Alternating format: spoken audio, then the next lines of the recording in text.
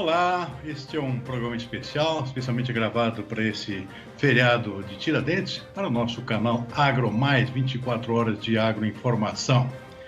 E o nosso assunto para esse programa especial é um assunto extremamente importante para o Brasil e também para o mundo aqui. Nós vamos falar de trigo, o cereal rei, o produto básico aqui da alimentação da humanidade dentro dos seus primórdios.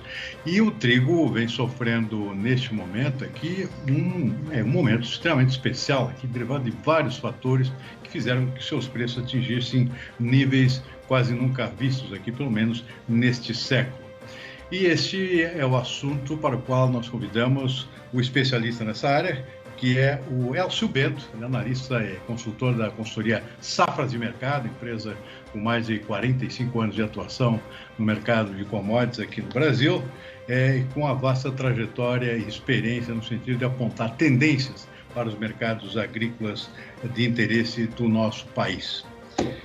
Elcio Bento, seja muito bem-vindo ao nosso programa especial para esta quinta-feira de feriado e vamos começar o assunto indo direto ao ponto, que é a questão dos altíssimos preços do trigo que a gente assiste nesse momento e que tem por trás disso um conjunto de fatores que já vem mais lá de trás, foram se acumulando ao longo dos últimos meses, dos últimos anos, e hoje está nesse patamar aqui que tem o seu lado negativo em termos de inflação, por outro lado aqui tem um lado também de estímulo aos nossos produtores aqui, para a gente aqui no Brasil começar a investir mais na produção de trigo. Bom, vamos começar exatamente pelo começo. Elcio Bento, por favor, vamos dar primeiro uma resenha aqui do que aconteceu para trás, que transformou o trigo no que é hoje, com esses altíssimos preços na Bolsa de Chicago, acima dos $11 por bushel. Isso que já chegou acima de 12, preço que a gente só via na soja, que raramente se viu isso acontecer com o trigo, mas é o que realmente vem acontecendo. Elcio, indo lá para o início da história, o que trouxe os preços do trigo para esses patamares? Quando é que começou essa mudança no perfil desse mercado? Seja bem-vindo. Olá, Silmar. Olá a todos. De fato, quando a gente fala do trigo, é interessante o que tu acabaste de colocar, que não chegou do nada até essa situação. Eu costumo sempre falar de trigo olhando uma parte que tem mais fundamental, isso é a base de tudo, nenhum produto sobe se não tiver fundamentos fortes.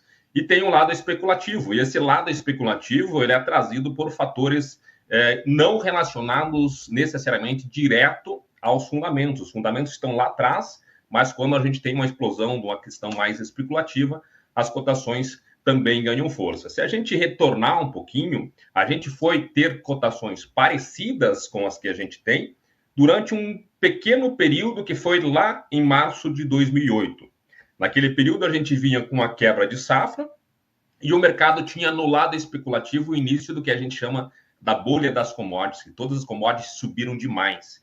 Então, era esse. Naquele momento, a gente tinha, então, uma quebra de safra também e tinha o mercado trabalhando sobre uma bolha de especulação. Quando a gente está especulando, quando se tem ativos a serem investidos e o especulador está procurando aonde investir, aqueles ativos que têm algum fundamento para tendência de alta, eles são buscados, são ativos de riscos que estão buscados. Naquele período lá em 2008, Silmar, a gente teve as cotações subindo, depois o mercado recebeu uma grande safra, e mais adiante, lá em setembro de 2008, a gente teve a crise imobiliária norte-americana, a crise financeira de 2008, e os preços rapidamente caíram. Então, aquela sustentação fundamental que a gente tinha de início para levar os especuladores a buscarem ativos de risco com possibilidade de elevação, no momento que estoura essa bolha, os investidores rapidamente buscam ativos de segurança, ativos para segurar, ativos como é o caso do ouro, o caso do dólar, até títulos norte-americanos são buscados. Então, esses ativos são buscados, e foi por isso que os preços caíram naquele momento. Então, a gente já divide essa questão mais fundamental e a questão especulativa.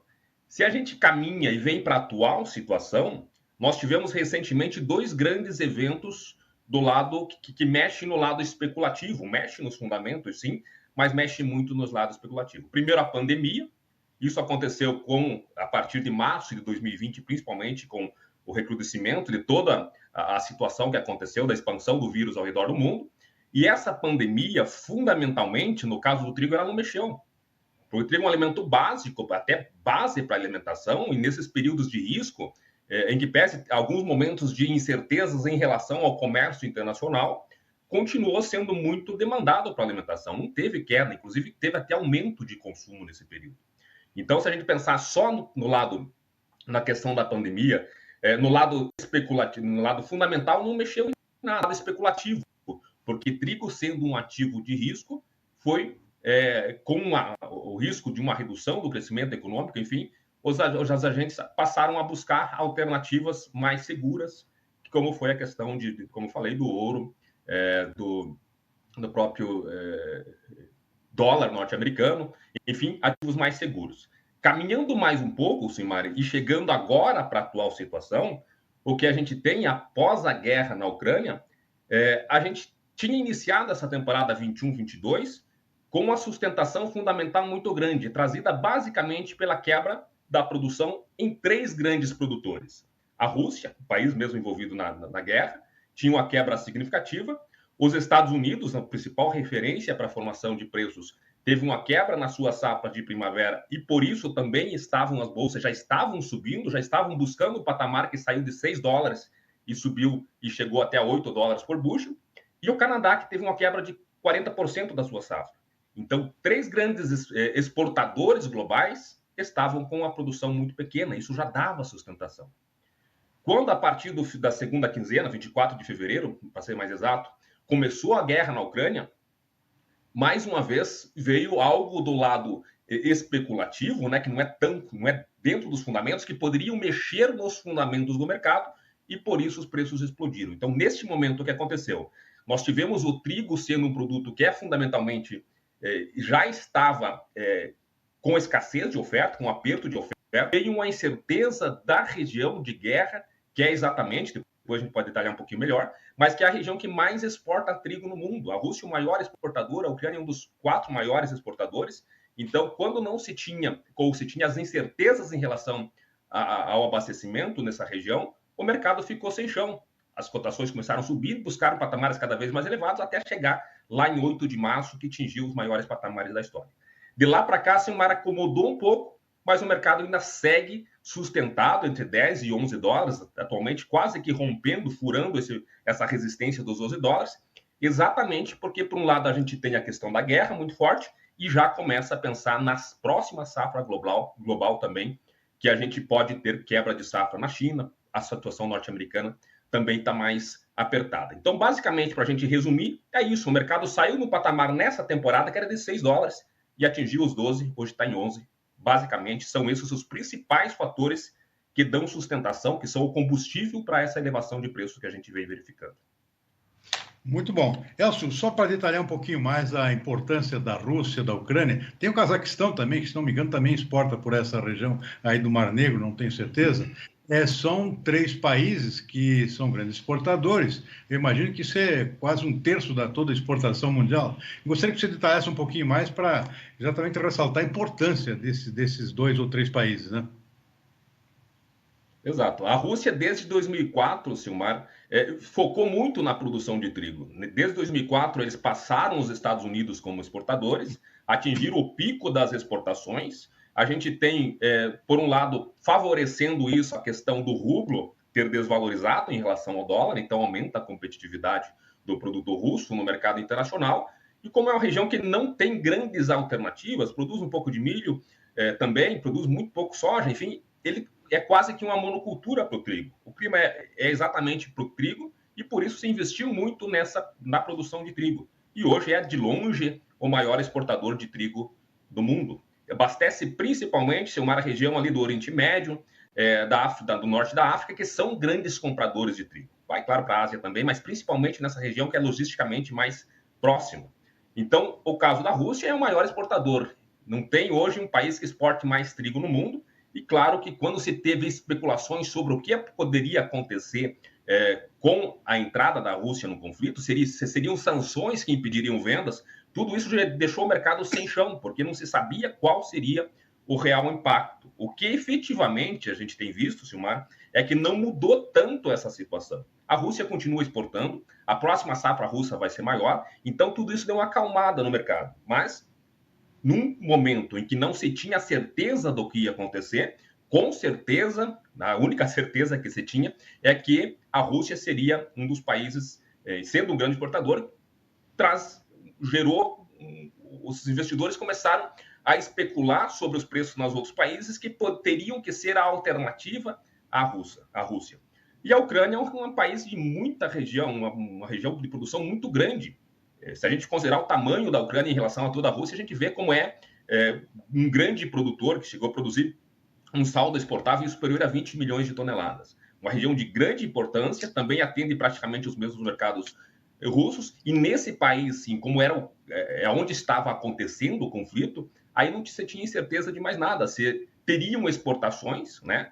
E efetivamente ia ter exportação dessa região, e principalmente qual seria a situação para a próxima safra.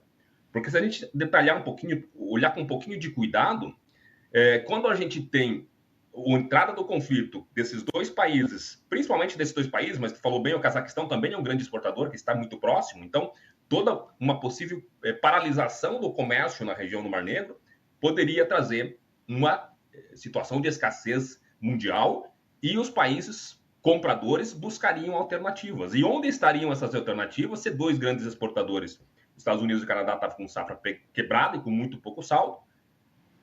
Talvez um pouco desse alívio venha do Hemisfério Sul, que tanto a Austrália quanto a Argentina estavam com saldos recordes de produção, né, de exportação. Mas são dois grandes exportadores. Num primeiro momento, então, como eu havia falado, se a gente pensar que esses países simplesmente teriam o seu comércio bloqueado, os estoques globais de trigo eles não mexeriam, eles continuariam esses estoques, mas haveria uma necessidade de um redeslocamento, um realinhamento das vendas para outros grandes fornecedores, como era o caso dos Estados Unidos, o Canadá, a Argentina, a União Europeia, a Índia, que também tem um bom saldo exportável esse ano, seriam essas alternativas. Mas o trigo estaria lá, então só não teria uma queda dos estoques. O problema é que para a próxima temporada, o que se esperava, a grande incerteza era será que vai produzir trigo nessa região? Aí está reduzindo a oferta. Né? Exatamente. Essa seria a minha próxima questão, inclusive. Ou seja, eu não sei, só para detalhar um pouquinho mais lá. São países que, igual os Estados Unidos, duas safras por ano, safra de inverno e safra de primavera. Se tiver safra de primavera, o plantio seria agora, né? No caso da Ucrânia. E eu acho que não vai acontecer, né? Exato. Então, a gente tem são duas safras, né? Só para te responder, igual aqui a gente tem nos Estados Unidos, no Canadá. No Canadá, principalmente a safra de primavera, nos Estados Unidos, principalmente a safra de inverno. Quanto mais fria, né? Região maiores vão ser os plantios de primavera e menores os de inverno. Mas são duas safras, e a safra de inverno, ela é plantada lá no final do ano passado, entre outubro até dezembro tem plantio da produção. Então, a safra de inverno, tanto na Rússia quanto na Ucrânia, ela já estava consolidada quando começou o conflito agora em fevereiro. E, primeiro, na Rússia vai ter um aumento de produção, essa é a estimativa das consultorias da região. Sovcom, acho que se não me engano, que é o nome da consultoria russa, estima um aumento de 10 milhões na produção.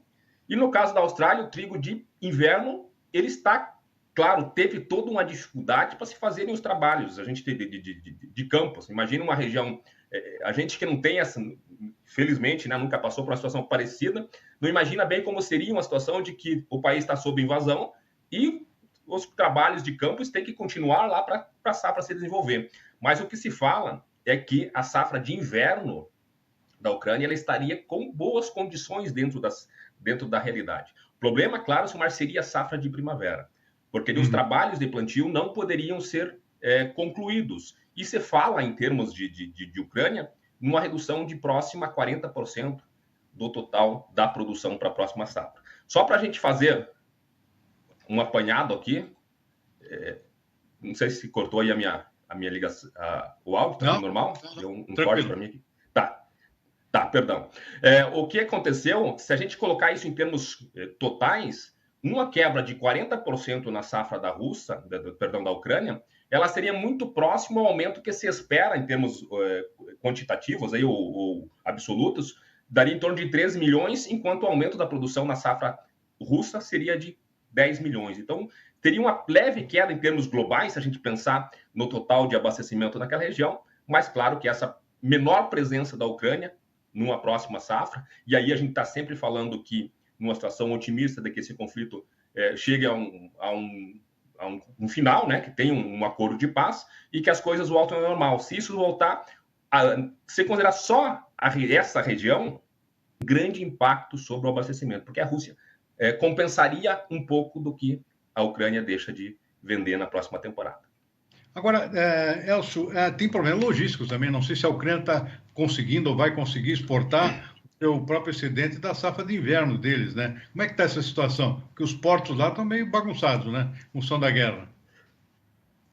Essa é uma outra questão bastante interessante. O que a gente tem de notícias que, por exemplo, a Rússia continua vendendo, até pelo tamanho, a extensão territorial, tem outros pontos de saída, né, para suas vendas, e a Rússia estaria vendendo normalmente, não estaria, o grande exportador mundial não estaria sofrendo tanto com essa questão logística. Agora, a questão ucraniana é bem mais complicada. Os portos não são todos que estão fechados, mas as incertezas, né, de se chegar e de se aportar numa região que está em conflito, elas restringem bastante. A gente não tem números concretos do que está saindo, mas o último relatório do USDA, na verdade é o relatório de março do USDA, estimava uma redução de 3,5 milhões de toneladas de exportações da Ucrânia e 1,5 milhão da Rússia, nessa estimativa que a gente tem em função, e esse seria basicamente em função do conflito. Então é um bom volume, se a gente considerar que a guerra começou em fevereiro e que a safra 2021-2022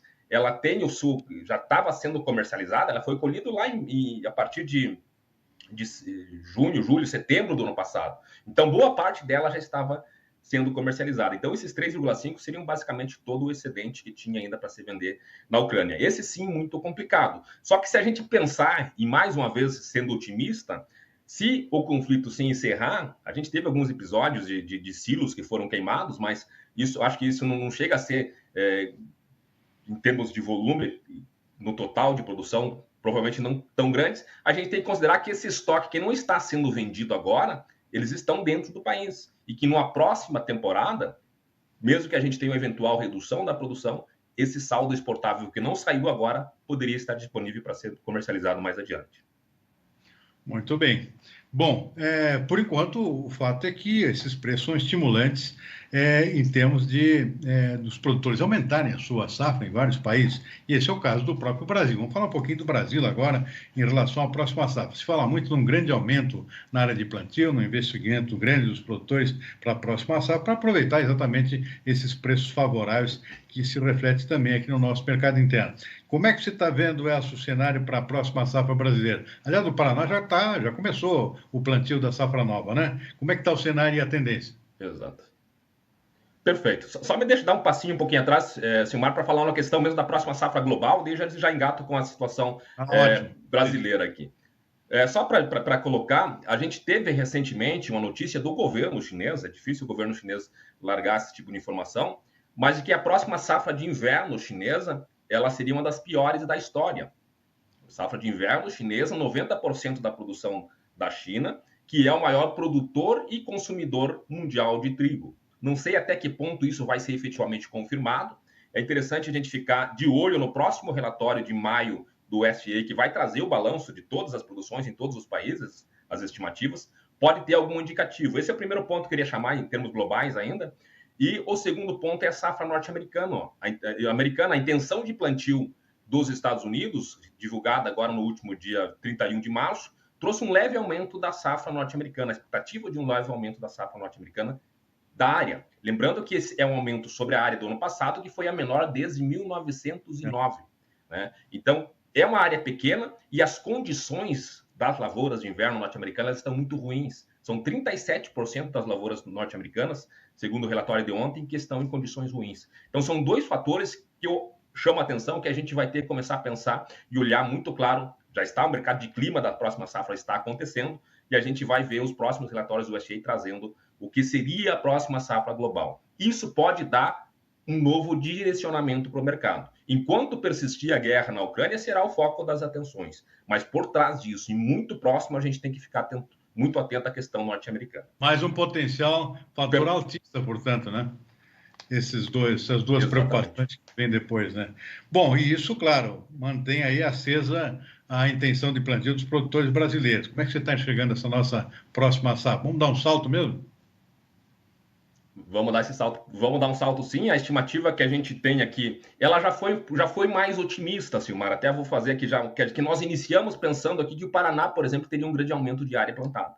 Os primeiros incentivos, a primeira visão que se tinha era de que o Paraná também teria, a gente viu, tu falou, o Deral já começou a divulgar os seus números, e nós inicialmente achávamos que o Paraná ia produzir mais do que estava produzindo, do que produziu efetivamente. Questões internas, tipo, basicamente a safra de verão ela terminou mais cedo e possibilitou que muitos produtores conseguissem apostar, o vice no milho, a possibilidade de reduzir até as perdas que tiveram em função da safra, da seca na safra de verão, e teve um estímulo muito grande para o plantio de milho.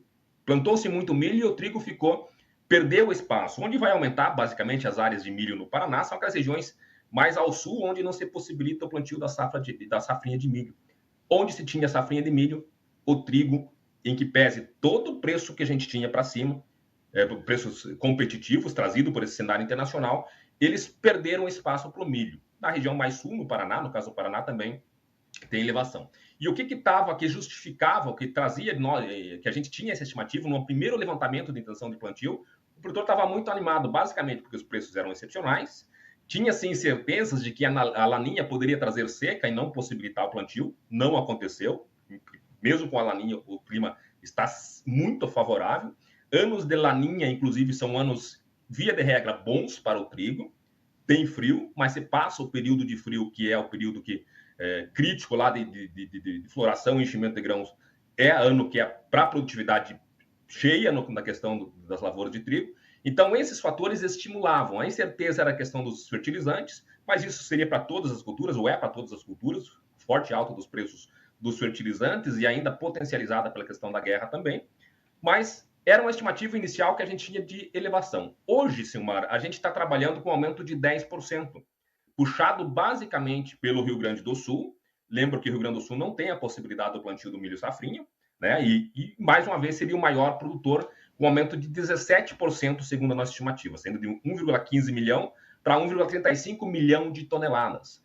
E a gente tem elevações em outros estados. Santa Catarina, é interessante a questão catarinense, porque o governo catarinense está incentivando a produção de trigo para a ração animal, variedades que serão destinadas para a ração animal, para suprir um pouco a deficiência que o estado tem no consumo para a ração, já que é um estado que produz muito suíno e aves, principalmente, então tem esse déficit.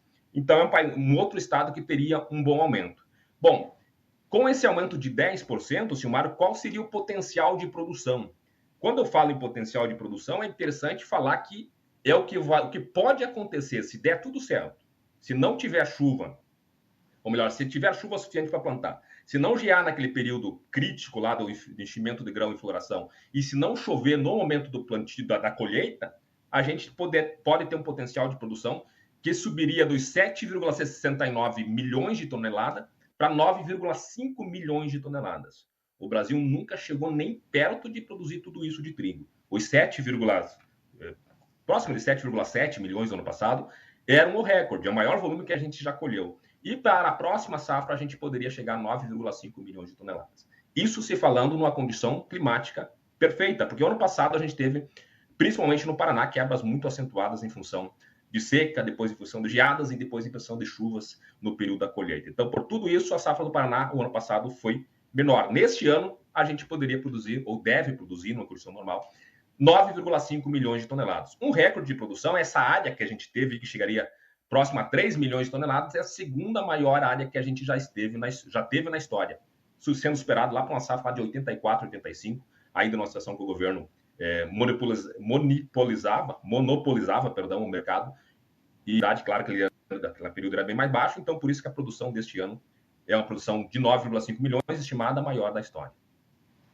Muito bom, e nós vamos torcer para que isso aconteça. Aparentemente o clima tem tendência favorável, tirando a eventual geada lá no final do ciclo, mas segundo a meteorologia, o clima vai ser favorável durante a maior parte do ciclo para o desenvolvimento dessa safra que tenham esse potencial recorde. Uma pena que não vai superar os 10 milhões de toneladas que a gente chegou a imaginar no início, mas vamos chegar bastante perto disso. Elcio Bento, consultor e analista de mercado da consultoria Safra de Mercado. Infelizmente, nosso tempo se esgotou. Eu quero agradecer muitíssimo pela entrevista, bem esclarecedora, bem detalhada aqui, para esclarecer não só nossos produtores aqui sobre tendências desse mercado extremamente importante, que o Brasil precisa crescer mais ainda para se tornar autossuficiente até exportador, mas e trazendo aqui, portanto, todo esse esclarecimento que é bastante útil para as próprias intenções de plantio dos nossos produtores com relação à próxima safra. Elcio Bento, muitíssimo obrigado pela entrevista. Até uma próxima oportunidade. Obrigado, hein? Eu que agradeço, Silmar, sempre bom falar contigo. Um abraço a todos e até a próxima. Muito bem, com isso nós vamos ficando por aqui com o nosso programa especial, especialmente gravado para esse feriado de Tiradentes, e voltamos amanhã com outro programa gravado também, sobre um assunto também extremamente importante, que é sobre o setor de fertilizantes. Então nós estamos falando aqui de dois assuntos importantíssimos aqui, em 2 dias consecutivos, um sobre trigo e outro sobre fertilizantes. Um bom final de semana e até a próxima.